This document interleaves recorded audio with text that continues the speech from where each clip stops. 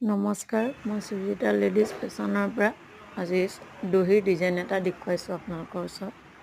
পাটৰ কাপোৰ মণি লগাই দহি কৰিছোঁ। কাপোৰযোৰ পহু ৰঙৰ। তাৰপিছত এইযোৰ দামীটোকে পিন্ধাই পেলাই মই দেখুৱাই দিছোঁ। কাপোৰযোৰ খুব ধুনীয়া লাগিছে ব্লাউজৰ সৈতে। কাপোৰযোৰ দেখুওৱাৰ উদ্দেশ্য অকল দহিখিনিৰ কাৰণে মই পুতলাটোকে পিন্ধাই দেখুৱাই দিছোঁ।